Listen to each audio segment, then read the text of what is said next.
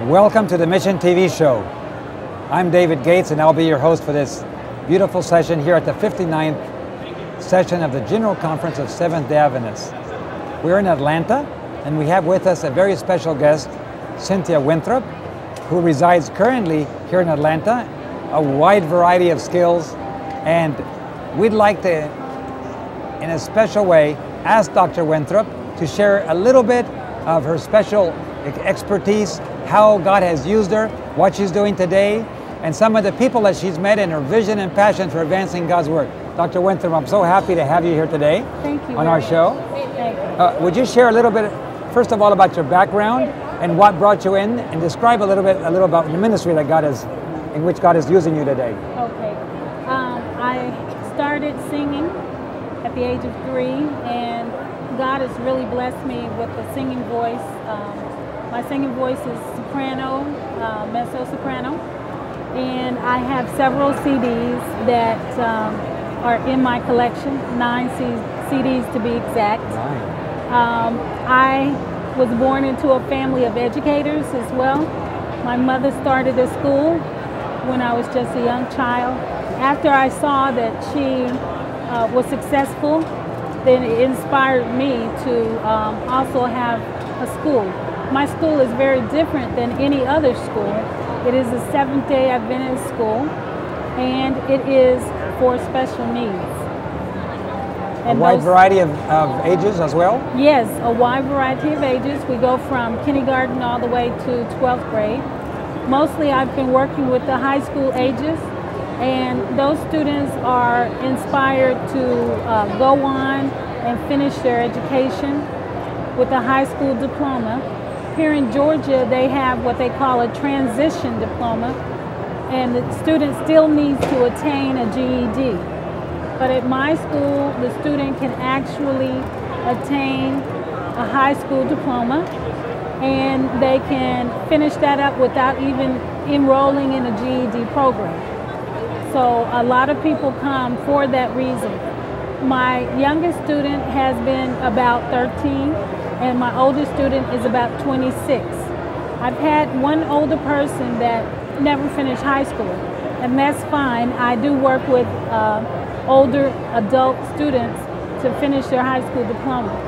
I also work with students who may not even be in Atlanta, Georgia. They may be in another city or state, and we use Skype.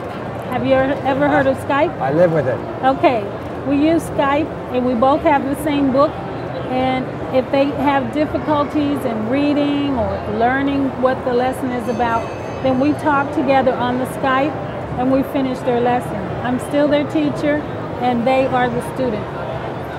So we've had some funding, but in Georgia there are limited funds with the state of Georgia. So I have asked a lot of people to, give to the school and help us survive and that type of thing. Well, you don't accidentally come into that kind of ministry. No, because you it takes a lot of work and sacrifice. True. I know you have joys in your work, but before we talk about the joys, could you tell me a little bit about some of the sacrifices? What does it require of a person who commits their life to ministry similar to yours? Well, I think that my real ministry and my real sacrifice started when I was a missionary, and I went over to Seoul, South Korea, and there I learned how to really serve the Lord. I worked in the English Institute in Seoul, and it was in the area of Cheongnyang-ni, Uigbangdong, and it was across from the hospital, so Seventh-day Adventist Hospital. And the name of that hospital was We Sang Beyond One. We worked very diligently from 7 o'clock all the way to 10 o'clock at night. We had about 2 hours of rest. Also, just being on a job, a regular job, is a wonderful way to witness for the Lord and to serve the Lord. So I have done that in my public teaching in public schools. I also work for the federal government, and I'm happy to say that I am a survivor of the Oklahoma City bombing, and that's a remarkable story in itself. If I weren't serving the Lord, I would have been in that building. But I decided to go and serve the Lord. So I wasn't in the building during the bombing. There are And I'm so happy about that. Several principles that come out of this story. Well, number one, it was an overseas service Yes, that God actually prepared you for service at home. that's correct. Is that correct? That's correct. We are told by the Spirit of prophecy, Sister White says, that the health of the church at home depends to a great extent on how we take care of the work in overseas countries. Yes. So many times we have a tendency to, let's not be involved in mission work, we got to keep the money and the resources at home. Young people don't go abroad, work here. But in your case, it was when you went overseas that it prepared you to come back and do this work at home. That's correct. Is that correct? That's correct.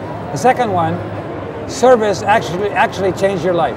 Yes, it did. I mean, sorry, it saved your life. It saved it. Yes. You were supposed to be in that building. That's right.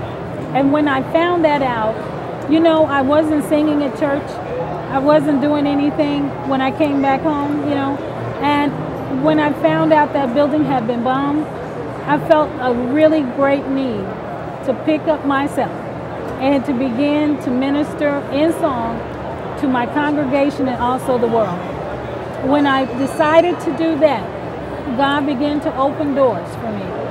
I began to go overseas to England, Paris, France, Italy, and I thank God for that.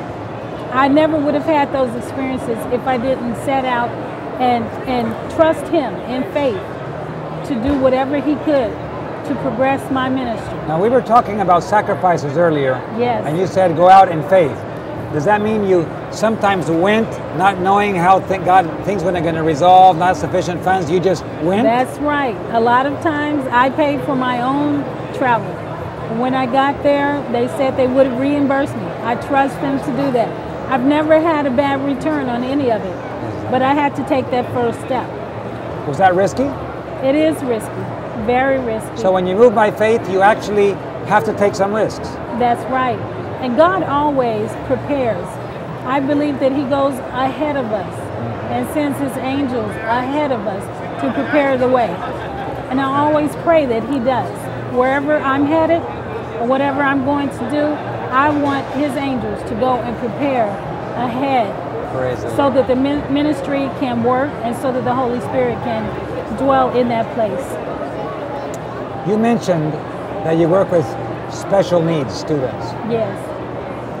I'm sure there's a wide variety of needs. There are. Some of them are physical, maybe mental sometimes too. Right, right. Depression and who knows other things. What part does music play in healing, in your experience as a professional musician? Well, I can tell you a really deep story of a little boy named George. His mother told me, tell this story, mention his name all the time. He was an autistic child, or he is an autistic child, and I taught him in elementary school, and he's now in high school. But in elementary school, George would jump, and he would have the little movements of an autistic child, and they didn't know quite what to do. I worked at an all-inclusive school, which meant that every child had to work in the classroom with all the other children. So how do we get this little boy that flaps and jumps around? I prayed. I prayed to God. I didn't know what to do. He was my one child, my one assignment, to get him in that room, to get him quiet and have him learn. One good thing about George is that he knew how to read. So we started the day with breakfast. We let him jump. After breakfast, George always wanted his drink. I withheld the drink. It was chocolate milk. Until we did some type of a physical therapy with him. So I knew how to sing. And I knew a little bit about an autistic child. So what I knew about autism is that sometimes there are different things with the joints of the child that are not in sync. So I took some lotion and I remembered some songs and I began to work on that little boy with his arms and I started singing. And it was a beautiful transformation for him. After so many mornings of doing that, he started singing right along with me. And it was beautiful. We were in a room by ourselves. We would lock the door. And nobody worried, they didn't worry about a thing. They knew that when George came out of that room, that he was not the same. He was walking straight on the third tile and went directly into his room and remained quiet and learned just like any other child. After a while, I began to see people peeping in the door to see what I was doing. They couldn't figure it out. Why wasn't George jumping and flapping, and what is she doing? They're still talking about me. They're still saying, Dr. Winthrop, we need to go back to what she did. But I give all the credit to God. I worked with George. He got better. He's a high school student. He hasn't skipped a grade.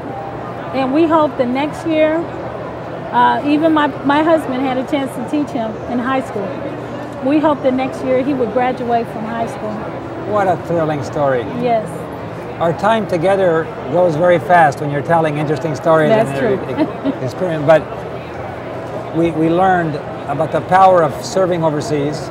Yes. And then come as a tool to come home and carry on ministry. Yes. We learned that actual service can save your life. It can. And we learned that the gift, God's gifts to us, bring healing to others. It really does. And music is a beautiful way of healing. Mission TV is focused on waking up North America and the church worldwide to service. MissionTV.com, for those who have internet, you can watch live streaming.